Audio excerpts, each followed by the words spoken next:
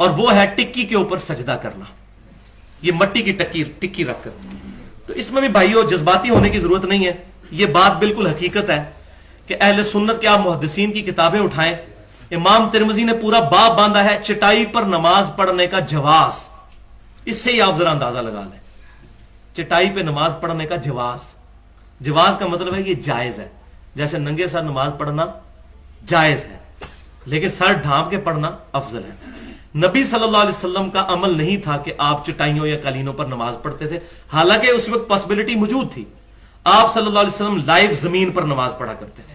بخاری اور مسلم کی متفق علیہ حدیث ہے, آپ کو پتا ہے وہ شب قدر والی, کہ آپ صلی اللہ علیہ وسلم نے فجر کی نماز کا سلام پھیرا تو اس رات بارش ہوئی تھی, تو صحابہ نے نبی صلی اللہ علیہ وسلم کے ماتھے پر کیچڑ کے نشان بھی دیکھے.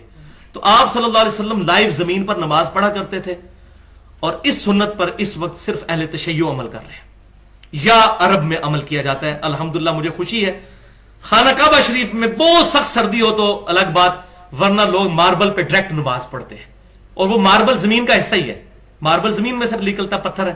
تو اہل تشیع کے ہاں یہ ہے کہ جو چیز ہم کھاتے ہیں یا پہنتے ہیں اس پر سجدہ نہیں ہوتا. مثلا اب یہ کپڑا پہنا جاتا ہے, اس کے اوپر سجدہ آپ نہیں کر سکتے. تو اس کے لیے انہوں نے مٹی کی ٹکی اس لیے رکھ لی, یہ انہوں نے مسئلہ اجتہادی کیا ہے, یہ ان کی غلطی جو اپنی جگہ میں اس کو پوائنٹ آؤٹ کرتا ہوں. انہوں نے کہا چونکہ مٹی پر سجدہ ہونا چاہیے سنت ہے, یہ بات انہوں نے اچھی لی کہ سجدہ مٹی پر ہونا چاہیے, سنت یہی ہے. چٹائی پر بھی جائز ہے لیکن افضل یہی ہے کہ مٹی پر سجدہ. یہ وہ کربلا کی مٹی نہیں رکھی ہوتی انہوں نے, وہ ان کے نزدیک وہ مٹی نہ ملے پھر وہ پتا جو ہے وہ سامنے رکھ لیتے ہیں, وہ بھی نہ ہو تو بعض کر اپنے ہاتھ پہ یوں سجدہ کر لیتے ہیں. تو یہ تمام کی تمام چیزیں افضلیت کے طور پر کرتے ہیں, لیکن اس میں میرا سٹانس یہ ہے کہ سجدہ صرف ماتھے نہ نہیں کرنا ہوتا, 7 اعضاء پہ سجدہ ہوتا ہے. پھر 7 ٹکیاں ہونی چاہیے, 2 پاؤں کے نیچے, 2 گھٹنوں کے نیچے, 2 ہاتھوں کے نیچے.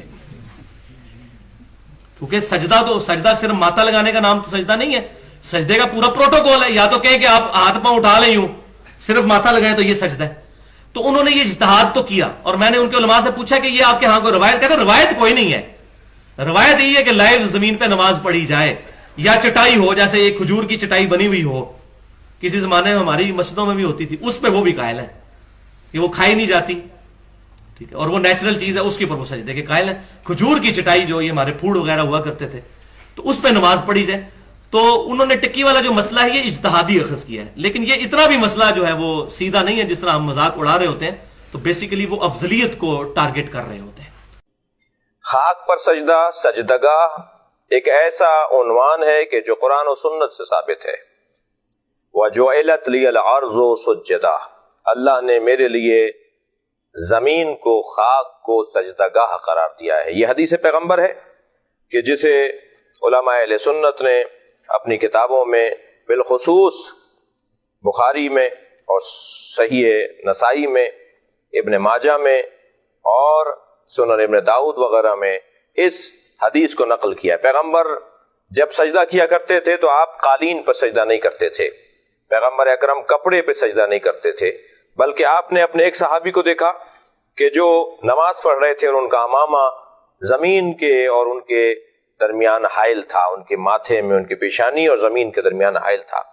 آپ نے اتنا انتظار نہیں فرمایا کہ آپ اسے نماز ختم کرنے دیتے, بلکہ آپ آگے بڑھے اس کی اہمیت کے پیش نظر, اور آپ نے اس کا ماما اپنے ہاتھ سے اس کے سر کی جانب پیچھے ہٹا دیا تاکہ پیشانی اور زمین میں کپڑا حائل نہ ہو.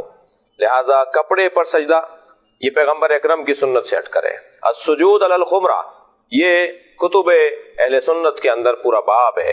خمرہ, ٹھیکرے پہ سجدہ, اور مٹی, پختہ مٹی پہ سجدہ, یہ پیغمبر کی سنت ہے. پیغمبر اکرم کپڑے پہ سجدہ نہیں کرتے تھے.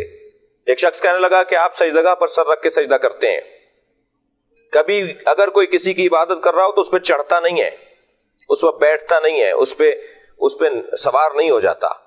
ہم خانہ کعبہ کی عبادت نہیں کرتے, خانہ کعبہ کی طرف رخ کر کے اللہ کی عبادت کرتے ہیں. لہذا خانہ کعبہ کی چھت پر کھڑے ہو کر بھی اذان کہی جاتی رہی ہے, نبی کے زمانے میں بھی اور بعد از پیغمبر بھی. اسی طرح اگر سجدگاہ جو خاک جس پر ہم سر رکھ کر سجدہ کر رہے ہیں, اگر ہم اس کو سجدہ کر رہے ہیں تو کبھی بھی اس پہ سر نہیں رکھیں گے, بلکہ اسے اپنے سر سے آگے رکھیں گے, تب جا کر اس خاک کا سجدہ شمار ہوگا. کربلا سے پہلے مطلقاً خاک پر سجدہ ہوتا ہے، لیکن کیونکہ وَطَابَتُ الْأَرْضُ الَّتِي فِيهَا دُفِنْتُمْ، معصوم فرما رہے ہیں کہ وہ خاک جس میں آپ حسین دفن ہو گئے، اے اصحاب پیغمبر جس خاک میں آپ دفن ہو گئے، وہ خاک طیب و طاہر ہے، لہٰذا جب خاک پر سجدہ کرنا ہی ہے تو پھر وہ خاک جو طیب و طاہر زیادہ فضیلت رکھنے والی ہے، اسے اگر سجدہ قرار دے دیا جائے تو بالکل ٹھیک ہے۔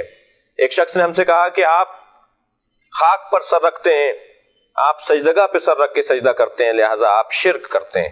میں نے ان سے پوچھا کہ آپ کہاں سر رکھتے ہیں؟ کہنے لگے ہم ہر جگہ رکھ لیتے ہیں۔ تو میں نے کہا پھر بڑا مشرک کون ہوا؟ جو ہر جگہ سر رکھ لے اس کے اوپر تو کوئی اعتراض نہیں، اور جو مخصوص جگہ پر سر رکھے اور پاک اور خاک پر سر رکھے اسے مورد الزام ٹھہرا جائے۔ کتب اہل سنت کے اندر السجود علی الخمرہ ایک پورا باب ہے سجدگاہ کے عنوان سے۔ پیغمبر نے کبھی کپڑے پہ سر نہیں رکھا، ہمیشہ پختہ مٹی پر اور ٹھیکرے پر اور خاک پر سر رکھا ہے، یہی سنت پیغمبر ہے۔